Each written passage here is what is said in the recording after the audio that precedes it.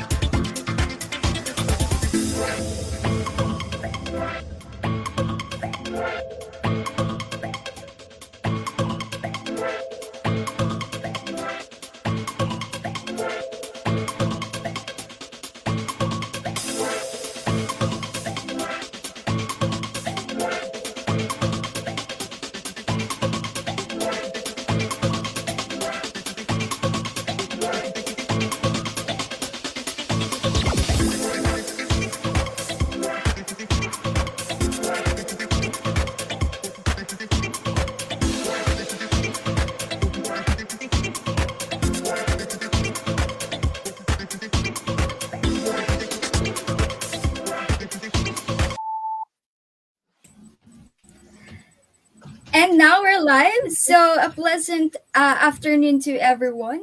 We'd want to appreciate everyone's presence, especially to our exhibitor for the first day of our virtual business expo. the founder of the Philippine Virtual Expo, along with its department heads and brand head. Our live viewers from the official Facebook page of the Philippine Virtual Expo, thank you for joining us for today's event. And my name is Ann Belio, your host for today. We want to immense pleasure to welcome you all to our virtual business expo. Before we start the event, we would like to see if nandyan pa ba kayo. So, comment, react lang kayo dyan sa Facebook Live natin and share this post para mas madami pa ang ma-encourage na sumali sa ating Business Expo 2022.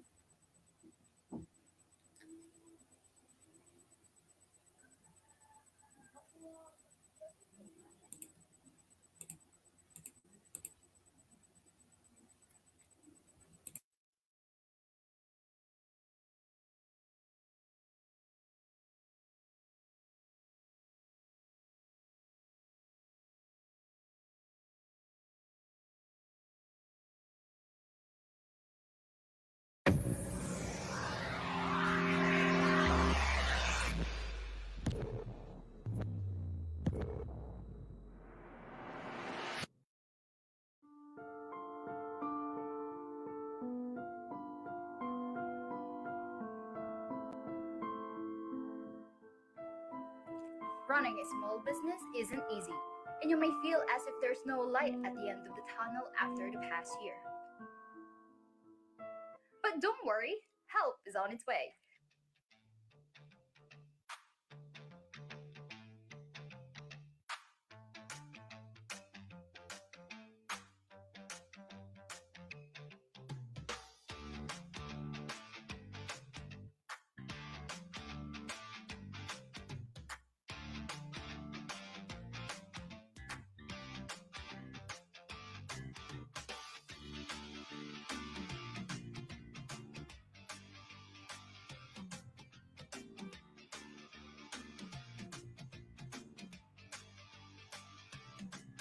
At the Philippine Virtual Expo, we are giving the small businesses the opportunity to introduce, promote, and exhibit their products and services virtually at Expo. Yes, you heard it right. At the Philippine Virtual Expo, business expos are now possible. Collaborating with businesses and companies to come together in a single virtual platform to showcase their services and products, such as food services, merchants, personal care and services, as well as manufacturing, wholesale, and distribution services. So what are you waiting for? Mark your calendars, come and exhibit with us virtually on March 7 to 9, 2022.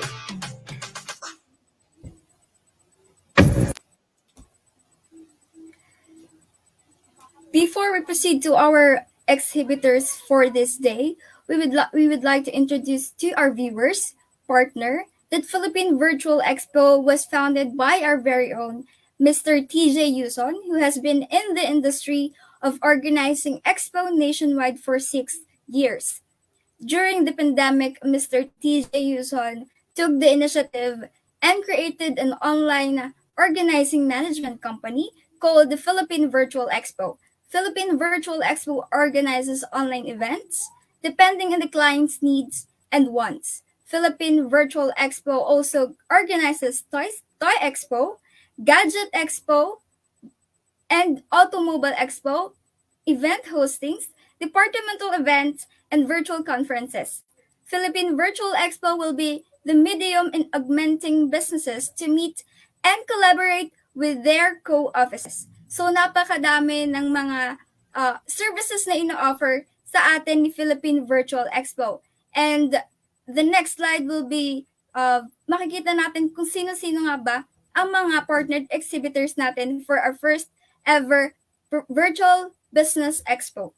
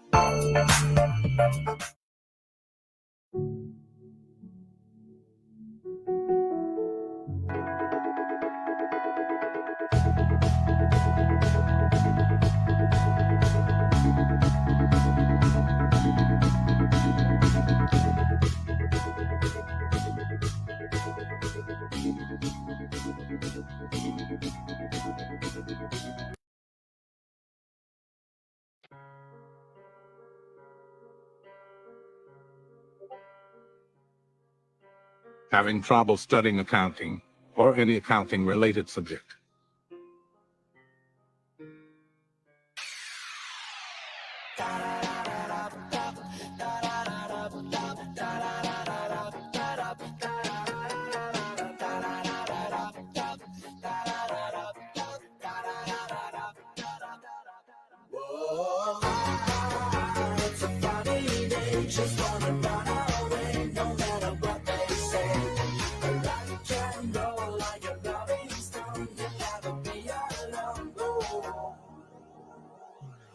Got a secret for all agree. Everywhere I go, it's guys on me. Just you and me, singing together. Boys just wanna have fun. I keep on singing my melody. Everything I do.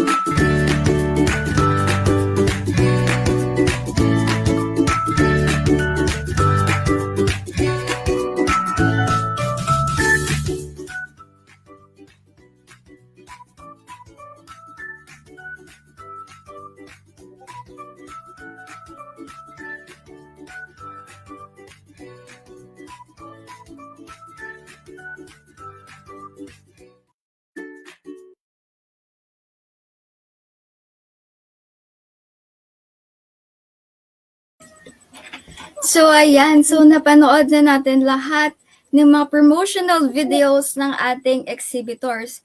So, comment naman kayo dyan if ano ba yung mga natitipuhan nyo or napupusuan yung mga brands.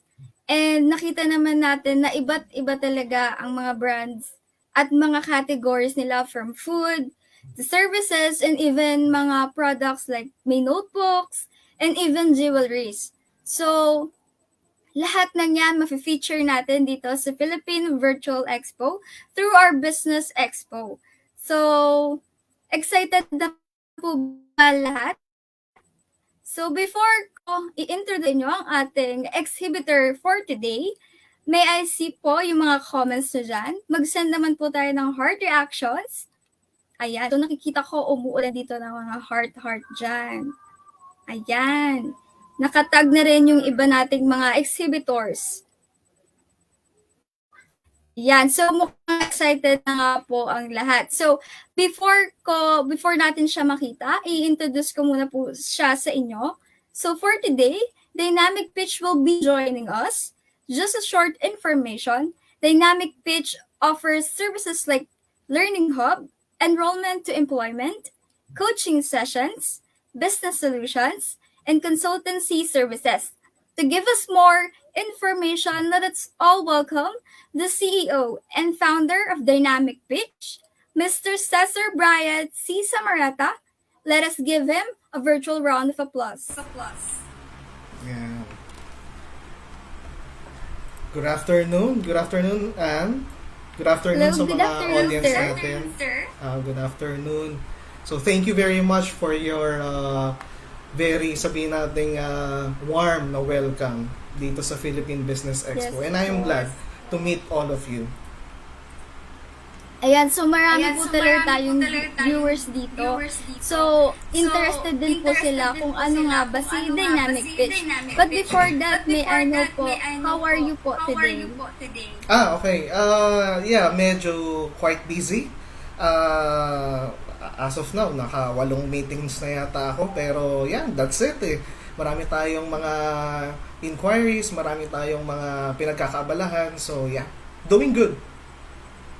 So, ayan, madami palang meeting si Sir before dito. So, ibig sabihin, malami talaga siyang clients. So, check nyo na yung page niya, guys. So, a part of this event po, we will be interviewing po you at magtatanong po kami ng questions regarding your business. Para naman po, Okay. makilala pa nila si Dynamic Pitch. Okay, sige. So, first question, sir. When did you start your business po? Tell us something about your business po. Okay, nag-start kami noong May 2020. So that was almost 2 years ago. It was actually made out of pandemic. Yun ang totoong story nito. I used to be a freelancer back in 2018. And nung time na yon mga 8 years, 9 years na ako nag-work all throughout different industry like logistics, warehousing, BPO, and other things pa. And then, nung pumasok ako ng freelancing noong 2018, I'm enjoying the perks of, working from home, earning dollars per hour. And then suddenly, noong 2020, we were struck by pandemic, right? And naisipan ko noong May 2020, na why not give back naman, mag-give back ako sa ating mga unemployed na mga kababayan nung time na yon, yung mga na-pause, yung mga trabaho. And I started giving out free trainings, free webinars, out of my own schedule, free time, ganyan. Walang hinihingi akong likes, walang reviews, as in talagang totally giving back lang. Walang amount and anything. And I actually, I operated like that for more than a year until 2021. So, we've actually thought about, I've thought about 500 freelancers nung time na yon. And nakakatuwa kasi 500 freelancers for me is 500 families na natulungan natin nung time ng pandemic, right? So, good thing they were able to land an online job and they are enjoying the perks of being a freelancer. So, ganun siya. Yun yung pinaka-start. So, madami po talagang naidulot sa atin yung pandemic. Like, Yeah. even po yung mga small businesses, nag-start sila virtually. Ngayon, eto na, marami na po silang clients. And Yeah, correct. yun po, freelancing is parang naging popular na din po talaga siya ngayon, yung pandemic. And napakaganda opportunity po ito kasi maraming matutulungan po si Dynamic Page. Thank you. Thank you. Yes, actually, Ayan, nung time na yun, nakakatuwa kasi nga, alam mo yun, yung mga inquiries, yung mga nag-enroll sa akin, talagang pasok lang ng pasok. Kasi nga, gusto nilang, naku-curious sila about freelancing. And good thing din, at least somehow namulat na yung mga mata natin about the world of freelancing. Actually, sir, ako din nung time na nag-pandemic, nagtatry po ako maghanap ng mga freelancer na yung parang mag-join ako, try lang ako kung pwede ko po siya sa business school.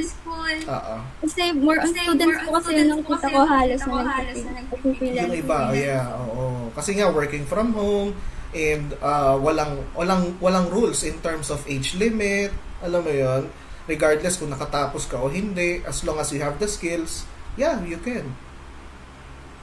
Yun. So, next question po is, what was your mission at the start of your company? Okay, ang simple lang ang mission ko nung time na yun eh. Ang mission ko lang talaga nung time na yun is that makatulong lang sa mga Filipino freelancers na ma-reach nila yung goals nila towards a better future. Lagi ko nga sinasabi, lagi ko sinasabi na we all deserve better lives. You know, walang dapat naiiwan sa pandemic. Like, sabihin natin yes, nawalan ka ng stable job, yes, nawalan ka ng, alam mo yun, stable na income, pero nandito pa rin naman ang online jobs eh. Nandito pa rin naman ang freelancing eh. Right? Safe ka pa sa bahay mo, kumikita ka pa ng international currency every hour, you know, legal naman, di ba? So, yun yung tingin kong pinaka-mission ko. Oo nga po, since nag-pandemic po is marami po talaga nawalan ng trabaho, lalo na sa mga Filipinos. And ito po yung virtual, yung pagtatrabaho. Yes, tama. Oh, and probably this is the new normal na, di ba? Yes po, yung lahat na lang po ng transaction is through virtual. Yeah, correct. Yun po. So, yan. Let's go to the next question. So, Okay. how did you come up with the name for your company and where is the location of your business right now? Okay, sagutin ko muna yung pangalawang question. Actually, legally, we are located at Dagupan City, Pangasinan in terms of papers, but Dynamic Pitch was born virtually. Right? So, sabi ko nga, freelancer is equal to virtual. So, basically, we have virtual office. However, sooner, nasa plano namin, once na bumalik na tayo sa face-to-face, yung mga pwede na yung mga ganyan, we will have a brand new office. Hopefully, by the end of this year, if not, by the start of next year. Now, to answer your first question, kung yung pangalan ng Dynamic Pitch, di ba? Actually, maraming nagsasabi sa akin na, ito, to be honest, maraming nagsasabi sa akin, ang ganda naman, sir, ng pangalan ng company mo. Ang ganda naman, sir, ang lakas ng dating ng Dynamic Pitch. Actually, it was just, nag-isip lang ako ng dalawang salita, to be honest, na kung saan, inisip ko yung characteristic ng isang Filipino freelancer. Una, dynamic. Meaning to say, nagbabago. Kasi, ang freelancer kasi, hindi palaging yun at yun ang gagawin mo eh. May mga times na iba yung ipapagawa sa'yo, may mga times na iba yung makakasalamuha mo na client, may mga times na, alam mo yun, unlike the corporate world wherein routinary siya, pare-pareho, kung ano yung sinign up mo sa contract mo, yun at yun lang din ang gagawin mo, yun at yun lang din nakikitain mo, and so on and so forth. Pero ang freelancing kasi is nag-open ng basically opportunities eh. Kaya tinawag ko siyang dynamic. Kasi dynamic means constant change, di ba? Yung pitch naman is para sa akin, one voice, parang ganon. One voice, kasi nga nabuo siya inside the pandemic. So basically, it's like, we Filipinos can do more outside of what we are doing right now by doing online jobs, by doing freelancing, right? Kumbaga hindi tayo na hihinto kung saan nandun lang tayo ngayon. We are always striving for more. We are always striving for excellence and opportunities, and that's the reason why Dynamic Pitch was the name Dynamic Pitch was born. Yan, so maganda naman pala ang pinaghugutan ni Sir doon sa ating pangalan. So, sobrang meaningful talaga ng dynamic pitch. Kasi kung tutuusin nga, hindi tayo sa isang corporate world, we only work kung ano yung binigay sa atin ng ating boss. But with freelancing, ma-choose natin or ano ba yung mga iba't ibang skills na pwede nating ma-enhance pa. So, through freelancing, mas madami pa tayong magagawa and matutuklasan na mga skills natin. So, yun. Thank you, sir, for the answer. So, next question, sir, is, what services or products do you offer? Oh, okay. So, yung pagdating naman sa products and services, actually, we don't have any tangible products, right? So basically, we are always after the learning. Kasi naniniwala kami na ang learning is the best investment, to be honest. No offense sa ibang mga businesses, pero ang learning and knowledge kasi is the best investment because no one can take that away from you. Kahit, alam mo yun, kahit kunin ka na ni Lord, yung pinag-aralan mo, yung nalaman mo all throughout your lives, nandun at nandun yan. Walang makakaagaw niyan. It's up to you na lang kung paano mo i-apply yung mga natutunan mo, di ba? Through different networks. Now, going back dun sa mga products and services namin, meron kami actually 6. Okay? The first one is the Learning Hub, which you have mentioned earlier. So, ito yung mga para sa mga aspiring freelancers lang. Yung mga tipong mga walang idea at all, zero knowledge, ganyan. And they just wanted to upskill maybe, reskill, ganyan. And then they just wanted a certificate afterwards. So that is Learning Hub, purely training, right? So the second is the enrollment to employment. Ito actually ay masasabi ko, ito yung aming icing of the cake. Ito yung madalas na kinukuha sa amin. Bakit?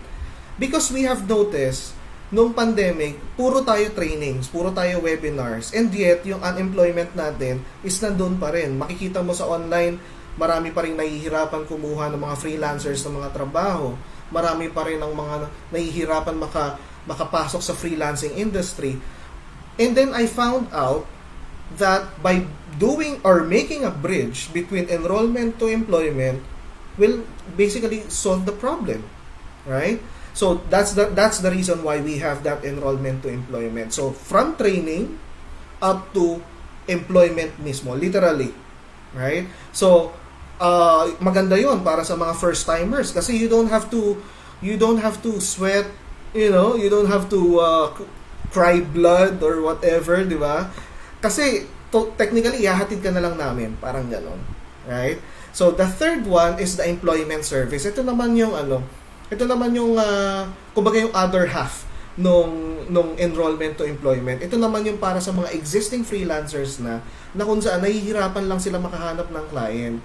They don't need such trainings, they don't need upscaling trainings, pero kailangan lang nila ng guidance, ng list halimbawa ng clients kung saan sila pupunta. And that's where the employment comes in. The fourth one is the coaching services. Kasi aminin natin akala natin minsan magaling na tayo, pero hindi ba kayo nagtataka?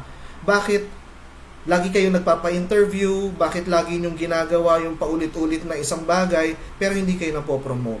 You might need help. You might need guidance. And that's where the coaching services comes in. The fifth one is the consultancy services, wherein if ever that there is a company, a big company or a small company, na nakakaproblema, let's say sa management, sa business model, sa business process, sa documents, and so sort of, we can help you. We can provide assistance on that one. Para eventually mabigyan kayo ng structure, mabigyan kayo ng guidance from an external company like Dynamic Pitch. And the last one is this. The last one is the business solutions. Ito naman para dun sa mga taong nangangarap magkaroon ng small BPO, magkaroon ng small marketing agency. Aminin natin pag nagtayo tayo ng isang business. Una, ang problema natin dyan is equipment, pwesto, pag-hire ng mga tao, yung ibig sabihin yung competent na mga tao, and then next is yung pagte-training sa kanila, and then next is yung paghahanap ng mga clients nila. Halimbawa, freelancing din or BPO, 'di ba? Maghahanap ka ng client para ibigay do sa mga freelancer mo. So, you can imagine you might spend 1 to 2 months para mangyari lahat 'yon. Pero ang business solutions is that on your very first day, as long as meron kang equipment, as long as meron ka ng idea kung ilang tao ang kailangan mo, all you need to do is just to tap Dynamic Pitch saying, "Hey Dynamic Pitch, I need 10 freelancers with sales background and I need to start on by next week." Wala ka ng hiring, wala ka ng training, di ba? Wala ka ng client kasi we can also provide clients. So instantly, you can maximize the equipments that you have in your office, in your small office, in your small marketing agency, and you can start running your business and enjoying the perks of, enjoying your revenue. So, yun yung 6 na mga services na aming ino-offer. So, yun po, ang pinakamaganda dun sa nabanggit nyo po is yung may employment na agad. Yung lahat ng trainings mo, lahat ng inattendan mo, maa-apply mo na siya agad. Unlike nga po dun sa sinabi niya na marami po talaga nag-take sila ng trainings, nag-take sila ng seminars, although nagawa naman or na-attendan na po halos lahat, pero pag nag-apply na po is wala po talaga silang work pang mahanap. Which is siguro yun po yung makakapagpabago sa employment kapag nagpatuloy at mas lumawak pa po si Dynamic Pitch. Ayun. So, another question po, ito po ay hindi dito. May balak po ba kayong kumbaga po is mag-branch out, hindi lang po sa Pangasinan yan? Okay. Good question. Actually, right now, kasi ang kagandahan sa amin, virtual kami. So basically, hindi lang sa Pangasinan yung aming kinikater ng mga freelancers within the Philippines. Okay? And not only that, we have no discrimination here. Anong ibig kong sabihin doon? Mapa senior high school graduate, as long as 18 and above, pasok ka. Senior high school graduate, kahit undergrad ka ng college or senior high school, kahit government employee ka, corporate employee ka, existing freelancer ka, aspiring freelancer ka, LGBT na madalas, alam mo yon, hindi nila masuot yung gusto nilang suotin sa kanilang mga office. Yung mga matatanda nating mga adults, overage adults na mga 50s, 60s na may kakayahan pa rin. Gusto pa rin nilang makatulong sa family nila and yet overage na sila. We are embracing them. We are accommodating them. So basically, wala talagang limit. So even OFWs, mapa ex-OFWs or existing OFWs, marami kaming ganyan. And lastly, alam ko sensitive ito, pero I need to tell this. Kahit yung may mga, sabihin natin, sabihin natin masamang nakaraan, let's say, may mga pagkakamali, for example, nagkaroon ng kaso, nagkaroon ng issue and sort of, di ba karaniwan, hindi na sila nabibigyan ng opportunity sa local industry, right? So nakakaawa naman. I mean, they are still Filipinos. They are still alive. They can still work. They still have skills. So yun, binibigyan namin ng mga opportunities yung mga yon. Anyway, sorry for that. Medyo natuwa lang kasi ako dun sa tanong mo kanina. But to answer your question, if may plano bang mag-expand, within the Philippines, wala na. Meaning to say, ang 2022 namin is talagang nilaan namin for Filipinos, to be honest. But we are actually expanding next year, 2023, sa international naman. So we are going to strive for international market next year. Yeah, so narinig niyo na guys, hindi lang pang Philippines and pang international na si Dynamic Fish. So mas marami pang matutulungan sina Sir Cesar at ang Dynamic Pitch sa mga gustong magsimula or hindi nila alam kung paano sila magsisimula na sa sarili nila, kung paano nila magkakaroon sila ng work or saan sila kukuha ng mga panggastos nila or dun pa lang sa Dynamic Pitch matutulungan na sila. So next question po sir is, may mga promotions po ba kayo or how do you often use promotions po sa mga business niyo po? Okay, good question. Actually, palagi kami merong promotions. Yun nga lang, it depends with the current demand. But almost we can say every month we are running promotions. Sometimes we even on the spot. Ako minsan sa sobrang tuwa ko sa mga audience ko kasi every month nakikipag-interact kami sa kanila through free webinar eh. Like this Saturday, we have a free webinar. So kapag ganon, minsan may mga opportunities na kapag natutuwa ako, meaning to say, wala sa plano, ganyan, namimigay ako ng free scholarship. And that's enrollment to employment. Imagine that. Instead of you spending money for that, and instead of you just tumatambay lang sa bahay, in an instant, you might be an E2E scholar. May mga pangyayaring ganon. So, ang promotion is every month actually siya nangyayari. Currently, ang running na promotion namin is more of the tech courses wherein we are offering discounts and also installment ng walang interest. Just for us to invite them to enroll to our tech courses na makakapagbigay sa kanila ng mga 6-digit income. So, yun, narinig niyo naman guys. Check niyo na ang Dynamic at baka maingganyo din kayong mag-inquire sa kanila. So, may mga promotions pa sila dyan. So, another question po is, ano po ba yung uniqueness na meron sa company niyo po? Ayun, uniqueness po. Good question. Actually, napaisip ako ng 2 seconds doon. Let me start internally and external. Internally, I am looking at my colleagues. By the way, I have currently 16 to 17 team members right now. And I am looking at them, not my subordinates, but my colleagues, to be honest. So, they are like my business partners. Ganun ang turing ko sa kanila. Why? Because I don't want to create this usual hierarchy sa Filipino local industry. The usual Filipino culture na ikaw ang boss, kailangan dumaan ka muna dito, and so on and so forth. Kailangan close ka kay boss para madali ka ma-promote. No, walang ganun. Talagang dito kami, pantay-pantay, and if ever na kailangan nila akong kausapin, they can immediately, speak with me and ask for my guidance, for my decision, and so on and so forth. So, that's the internal. So, basically, we are like a family here. Parang ganon. Sa external naman, ang kakaiba kay Dynamic Pitch, and ito yung madalas kong nasasabi sa akin ng mga enrollees, is actually the enrollment to employment. Yan talaga. Yan talaga yung palaging sinasabi nila na, Sir, bakit kayo kaya niyong gawin yan? Kasi yung iba, naka-attend na ako, sir, ng trainings for freelancing. Pero hanggang dun lang, they can provide websites, pero mano-mano pa rin kaming mag-a-apply.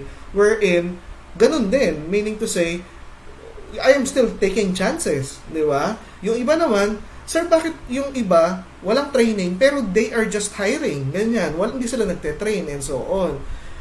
Sabi ko, I think siguro blessed lang ako dahil all throughout my 12 years career is naka-encounter ako ng magandang relationships locally and internationally. Siguro yun ang aking masasabi na wala akong binurn na bridge wherein to the extent na sila pa minsan yung lumalapit pag nakikitang nagpo-post ako about Dynamic Pitch, asking me ano ba yung mission namin, and then pag na-explain ko na yung mission namin, they can say that sure, give me 5 virtual assistants, sure, give me 5 Filipino social media managers on the spot, mga ganun. Siguro dahil nga dun sa nabuong working relationship, siguro dahil sa pinakita ko rin sa kanila, and also dun sa nakita rin nilang advocacy ng dynamic pitch. Yun tingin ko. Yun talaga po talaga siguro nagsisimula sa relationship within sa mga kasama mo and dun sa mga nakakausap mo para maging part ng company mo. So, yun talaga sa lahat ng viewers natin, so sa mga gustong mag-business, yun yung isang tip na nakikita ko na binigay ni Sir. Magandang relationship sa mga tingin natin is magiging part ng company natin. So, second to the last question po to Sir.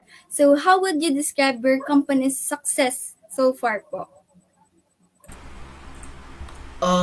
Actually, nakakatuwa kasi in a span of 3 months, we went up from 200 something followers to a community of 10,000 na ngayon eh. So nakakatuwa, in a span of 3 months, doon namin nakita yung demand sa freelancing industry, yung demand na magkaroon ng mga trabaho and so on and so forth. So I can say that ako lagi ko kasi sinasabi, success is a journey eh. Hindi siya destination eh. Kaya I can say that we are not there yet. Okay? Dynamic pitch is sabihin nating papunta na doon sa pa-take off na, parang ganon. Pa-take off na kami and we are now accommodating yung mga gustong sumabay habang maaga, parang ganon. But we are not yet successful.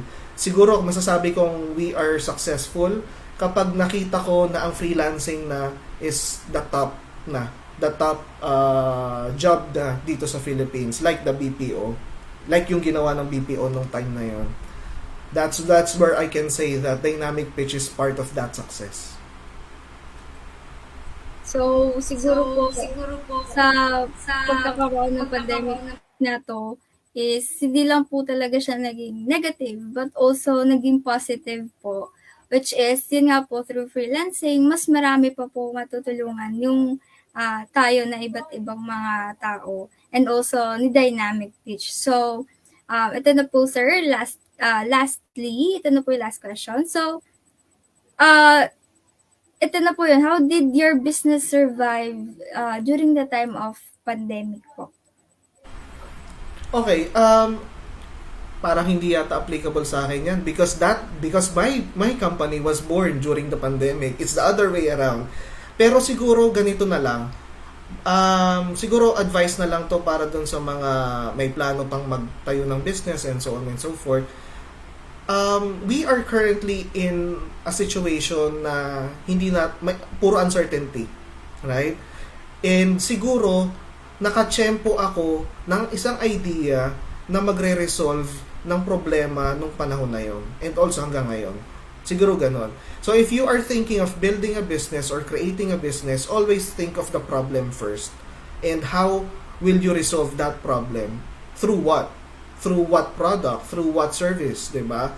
And then, think if ikaw lang ba yung nakaisip niyan or merong ibang tao. If meron ng ibang nakaisip, what makes you different? Halimbawa, if you are about to launch this product or service, baka naman pare-pareho kayo, right? So, yun siguro yung aking ma-advise. Pero, yeah, we were born during the pandemic eh. So, I think that's not applicable. So, yun po, sir, yun yung pong pinaka-last natin na question. So, before we end po, pwede po bang makahingi sa inyo ng other tips pa po? Especially sa mga students pa po natin na mga nag-OJT na po ngayon and nandun na po sila sa time na maghahanap na po sila ng trabaho. And I know lahat po ng nandito sa comment section is mga soon to be unemployed na din po sila. And yun po. And also, may mga ano po ba kayo offers sa kanila before we end po? Okay. Sige. So, I'll take this opportunity para magbigay ng advice sa ating mga audiences ngayon, specifically for the students and yung ating mga future leaders. Right? lagi kong ina-advise sa mga ganyan na never be afraid of taking risks kasi you cannot find the things that you want to explore if you are within your comfort zone. Palaging nakikita mo yung mga bagay na hindi mo ma-imagine before outside of your comfort zone. So anong solusyon? Go out of your comfort zone. Go out doon sa mga bagay na hindi mo nakasanayan. Go out doon sa mga bagay na hindi ka komportable. Bakit? Because sooner or later magiging komportable ka na doon sa area na yon, and yet tataas yung bar mo. You will raise your bar, you will raise your experiences, and so on and so forth. And if you look behind, ito na pala yung na-achieve ko. That's actually what happened to me. I went out of my comfort zone every year, every month. Palaging hindi ako nakokontento na ako ay may stable job. No, I'm also studying on the other side. I'm studying freelancing, I'm investing on the other side, I'm enjoying my full-time job and so on and so forth. Because learning never stops 'di ba? So you must learn, you must go out of your comfort zone, and lalo na kayo mga students and mga future leaders, walang mawawala sa inyo. So ang suggestion ko is never be afraid of taking chances. Kapag nag-knock na yan sa inyo, grab it. Because opportunities knocks once. So, yun yung pinakatumatak, yung pa-ending ni Sir, yung grab the opportunity talaga. Kasi, minsan lang yan dumaan sa inyo, so dapat ginagrab na yan. Kasi, hindi natin alam kung kailan pa talaga ulit dadating yung chance na yan para sa atin. So, ayun, thank you so much, Sir Cesar Brian, sa pagsagot ng ating questions. And sa lahat na nandito, please send your virtual clap sa ating comment section and send your heart reactions naman para kay Sir Cesar ng Dynamic Page. Thank you so much, Sir. A pleasure. Thank you very much. Sobra po. Yeah, it's my pleasure, it's my honor. Thank you, Anne, and thank you to Philippine Virtual Expo for this opportunity. Bye-bye. Thank you so much, sir. So, na-meet na natin si Sir Cesar ng Dynamic Fish, and ang dami talaga niyang naibigay na mga ideas, tips sa atin kung ano ba ang meron kay Dynamic Pitch and ano ba ang meron kay freelancing. So, the next part of this event is we will be presenting to you ang booth ng ating Philippine Virtual Expo.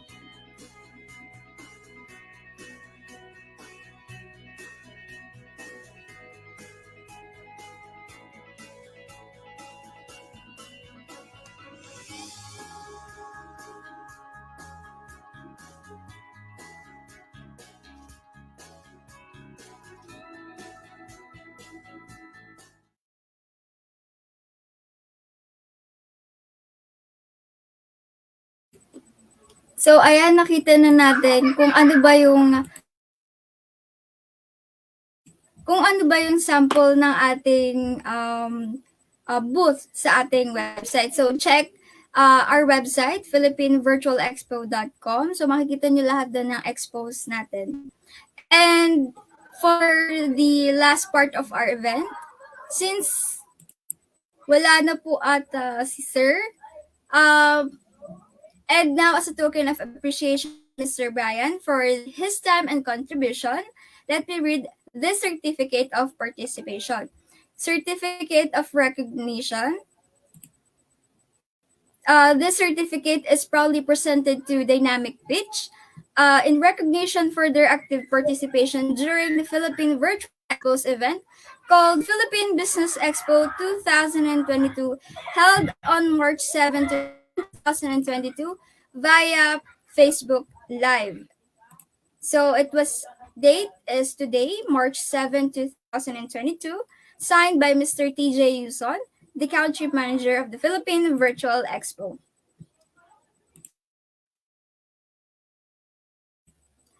And for some announcement po, tomorrow we will meet another exhibitor from different categories. So we're inviting you to attend our second day of our virtual business expo, which will be held tomorrow, March 8, 2022, same time, 3 o'clock p.m. in the afternoon. Also, please check out the PVE or the Philippine Virtual Expo website. The website link will be sent in the comment section. So, sa mga nakakita na po ng ating link ng Philippine Virtual Expo dyan, kindly click and mapupunta na po kayo sa aming website. And lastly, we'd like to express our gratitude to the fantastic exhibitor that participated in today's Philippine Virtual Business Expo. We appreciate you taking the time and effort to respond in our invitation to participate in this event. Thank you also to all the viewers who were able to join us today. And lastly, thank you, be safe, and may God bless us all. We want to see you at one of their upcoming events. Again, I am Anne, your host.